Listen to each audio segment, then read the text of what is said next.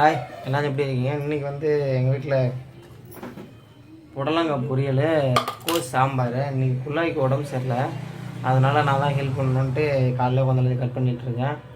இனிமேல் டெய்லியும் வீட்டில் சமைக்கிறத எங்கள் வீட்டில் என்ன ஸ்பெஷல் அப்படின்ற மாதிரி ஒரு சின்னதாக ஒரு வீடியோ ரெடி பண்ணி போடலான்ட்டு இருக்கேன். ஏன்னா அதுவும் ஒரு வீடியோ தானே, அதனால் போட போகிறோம். இப்போ வந்து குள்ளாய் காய்கறி எல்லாம் வெட்டி கொடுத்துட்டு சமையல் செய்ய வேண்டியதான்.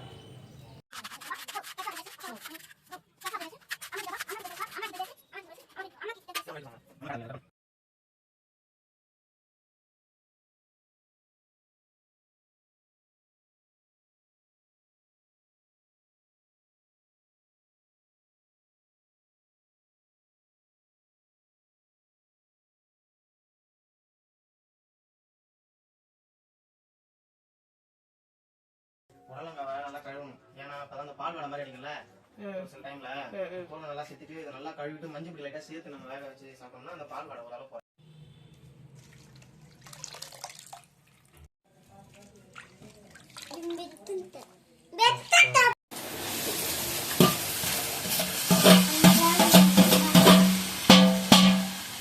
ஏன் ஏதாவது பிச்சை எடுக்க போறியா?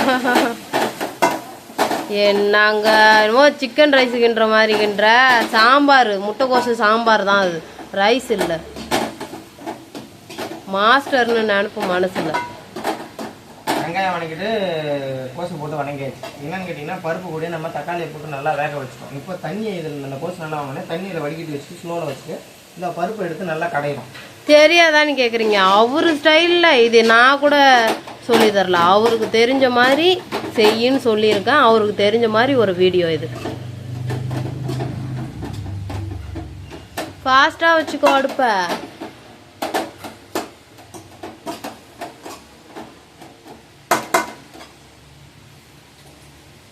தண்ணி எதையும் வடிகட்டிட்டு கடைஞ்சிக்கலாமா?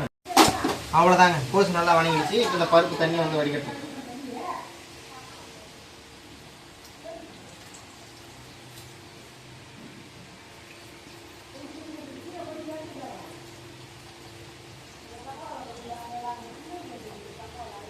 அவ்வளோதான்.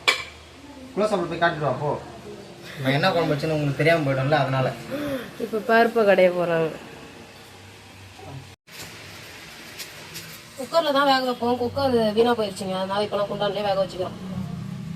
அதுவும் பருப்பு ரொம்ப பெருசாக இருக்குங்க, வேகவே வைக்க முடியல. இப்போ இந்த பருப்பு குக்கரில் போட்டு தான் வேக வைக்க சொன்னாங்க.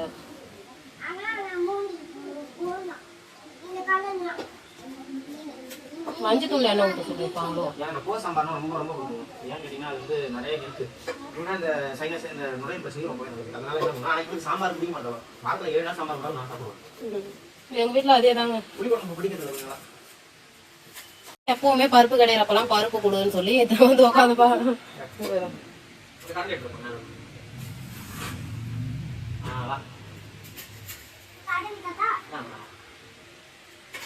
கொஞ்சமா கூட சாப்பிட மாட்டான்.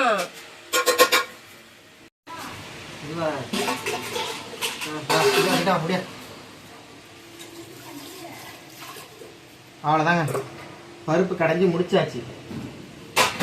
இப்போ அடுத்து என்ன பண்ண போறோம்னா, கிட்டவா இந்த ஆல்ரெடி நம்ம கோசை வணக்கி இந்த பருப்பு கிட்ட தண்ணியை ஊற்றி வச்சிட்டோம் ஸ்லோவில். அது கூட இந்த பருப்பு கடைஞ்ச பருப்பை ஊற்றுறோமா? இதில் தான் காய் வணக்க போகிறோம். அதனால் இந்த இப்போ குழம்பு ரெடி பண்ணி வச்சுருக்கோம்ல, அதை தூக்கி வேற கொண்டாட மாற்றிடும். அது வானல் வந்து இது தொட்டுக்க செய்யறதுக்குங்க, காய் வணக்கிறதுக்கு. அதில் போய் சாம்பார் வைக்கிறாங்க, தெரியல. அதான் தெரியாதனமா பண்ணிட்டேன். அலசி ஊற்றிக்குவோம்மா. ஐயா பையன் தெரியாதனமா பண்ணாதுக்கலாம் என்ன பாருங்க, குழம்பு எவ்வளோ நல்லா இருக்குன்னு எனக்கு ரொம்ப பிடிக்கும். சிவா கூட பேசி நானும் இப்போ இதெல்லாம் மிளகாத்தூள் சேர்த்துக்கிறேன். இங்கே மிளகாத்தூள் ஐயோ மிளகாத்தூள் காரத்துக்கு ஏற்ற மாதிரி போட்டுக்கணும். ஏடா கூடமான வேலை. ஒரு நாள் சமையல் செய்யறதுக்கு என்னன்னா எவ்வளோ மிளகாத்தூள்? கரெக்டாக இருக்குங்களா? காரம் அவ்வளோதான், இதுக்கு மேலே கம்மியாக போட்டால் நல்லா இருக்காது. நல்லா சாம்பாருக்கு லைட்டாக தாங்க போடுவேன். அடுத்தது வந்து உப்பு, மஞ்சள் பொடி லைட்டாக சேர்த்துக்கணும். நான் போட்டுட்டேன் மஞ்சள் பொடி.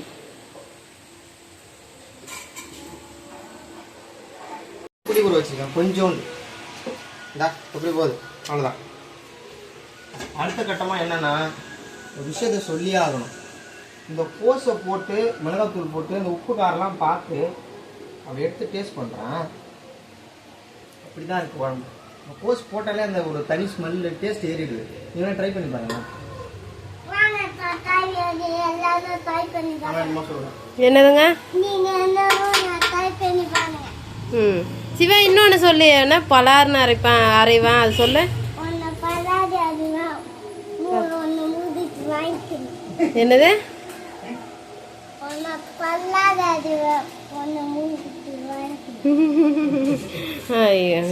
பட்டி தொட்டி வரையும் அந்த டைலாக் வந்து ரீச் ஆயிருக்குங்க. இது எதுக்குன்னா புடலங்காய் ரெடி பண்றதுக்காக வச்சிருக்கோம். அதை தவிர்த்து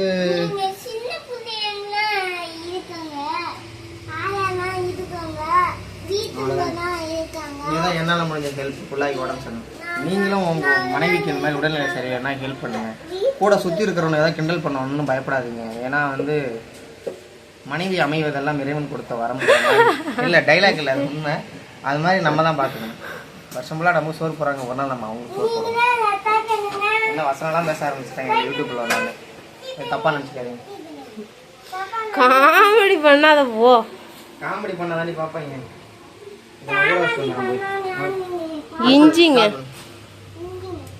இஞ்சி ஃபேன் நிறுத்திக்கிறாங்க. உங்களுக்கு ஒரு டிஸ்டர்பன்ஸ் ஆகும். நேற்று வந்து கிலோ 50 ரூபான்னு விற்றா அந்த இஞ்சி. இஞ்சி பிஞ்சி இஞ்சி தான், ரொம்ப நாளா நீங்கள் வச்சு யூஸ் பண்ண முடியாது. அதுக்குள்ளே வேணும்னா ஒரு பவுடர் வச்சுக்கலாம், சுக்கு பொடி வச்சுக்கலாம் ரெடி பண்ணி. அப்படி இல்லைன்னா ஊறுகாய் அரைச்சி வச்சுக்கலாம். வேற லெவலில் இருக்கும். பித்தத்தை கட்டுப்படுத்தும், உடல் நிலைக்கு உடல் சூட்டை தணிக்கும், சளிக்கு ரொம்ப நல்லது. அதனால வாங்கி வந்து வச்சிருக்கேன். இப்போ இதை என்ன பண்ண போறோம்னா தோட்டத்தில் கொண்டு ஊற வைக்க போறேன். ஊற வச்சு இதை நம்ம நாளைக்கு இல்லை இன்னைக்கே ஊருக்கு அரைக்க போறோம். அது தனியாக வீடியோ போடுறோம். அது ஒரு கண்டென்ட் சிக்கிடுச்சு. ஒரே இடத்த தேய்க்காதீங்க, சிம்ட தேய்ச்சி எடுத்துறாதீங்க. மேம் கமான் உள்ளவா. பார்த்தான் வீடியோ பார்த்தா இனிமே ஓவரா நடிப்பாங்க. ஆமா, வீடியோ பார்த்தாலே ஓவரா நடிக்க ஆரம்பிச்சிருவாங்க. சரி வாப்பா உள்ள போ. நீ வீடியோ அவ்வளோதாங்க. புளி மசாலா பிடிக்காது, கொஞ்சம் மிளகா ஓ லைட்டாக ஒரு புதிய மாதிரி புளியை கடிச்சு ஊற்றியாச்சு. ஏன் ஸ்டைலில் நான் குழம்பு வைக்கிறேன் யாரும். ஆமா, ஏதோ அவங்களுக்கு தெரிஞ்சதா. புளியை ஊற்றிட்டோம். ஒரு கொதி வந்தோடனே ஆஃப் பண்ணிக்கலாம். முடியாச்சு. நல்லா கொதிக்கும். அந்த குழம்பு அவ்வளோ அருமையான வாசனை வருது. நெய்யில் அடிக்கிற வாசனை வருது. இந்த கோஸ் குழம்பு.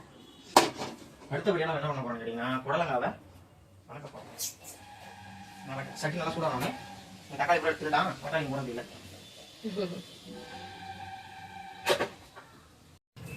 சும்மா கொஞ்சமா அது ஒரு பேருக்கு. கடுகு போட்டாச்சா? போட்டாச்சா? இப்போ என்ன பண்றோம்னா புடலங்காய் வணக்க போறியா? வெங்காயம் புடலங்காய் வணக்க போறாங்க. நல்லா வணங்கும்.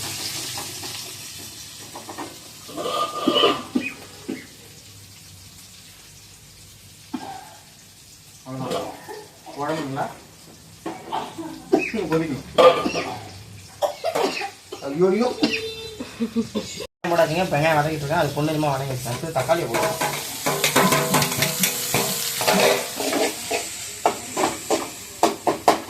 அடுத்தது என்ன பண்ண போறோம் அப்படின்னா பொடலங்காய்.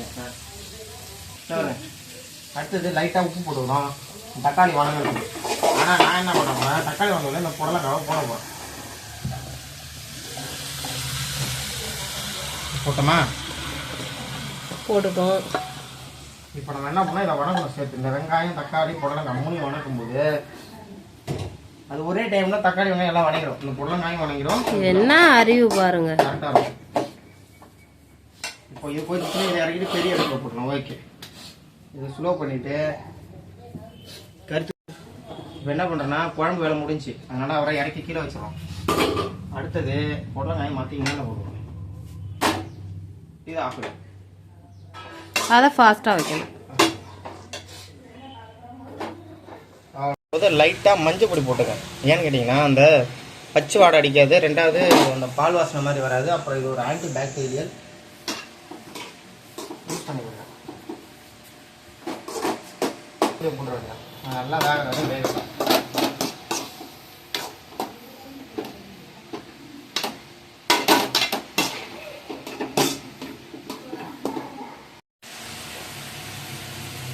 அவ்வளோதாங்க இப்போ வந்து புடலங்காய் ரெடி ஆகிடுச்சு. காட்டுக்குள்ளே வர இந்த மாதிரி நீர்க்காயில் வாழைத்தண்டில் இதெல்லாம் வந்து நம்ம அதிகமாக காரம் சேர்க்கக்கூடாது. கொஞ்சமாக காரம் சேர்த்து மஞ்சள் தூள் சேர்த்துக்கணும். அப்போ தான் சாப்பிட முடியும். சாப்பிட்றதுக்கு நல்லா இருக்காது. அவ்வளோதான், அடுத்து சாப்பிட வேண்டியதான். அவ்வளோதாங்க. அப்புறம் புடலங்காய் பொரியல் செஞ்சுட்டேன், குழம்பு வச்சுட்டேன், சாப்பாடு மட்டும் ஃபுல்லாக வச்சுட்டாங்க காலையிலேயே. இப்போ எல்லா வேலையும் முடிஞ்சு சிவா சாப்பிட ரெடி ஆகிட்டான், எல்லாம் சாப்பிட போகிறோம். அவ்வளோதாங்க. இன்றைக்கி வீட்டில் இதுதான் ஸ்பெஷல். உங்கள் வீட்டில் என்ன ஸ்பெஷலுங்கிறத கமெண்ட் பண்ணுங்கள். நான் செஞ்சது உங்களுக்கு பிடிச்சிருந்தா சொல்லுங்கள்.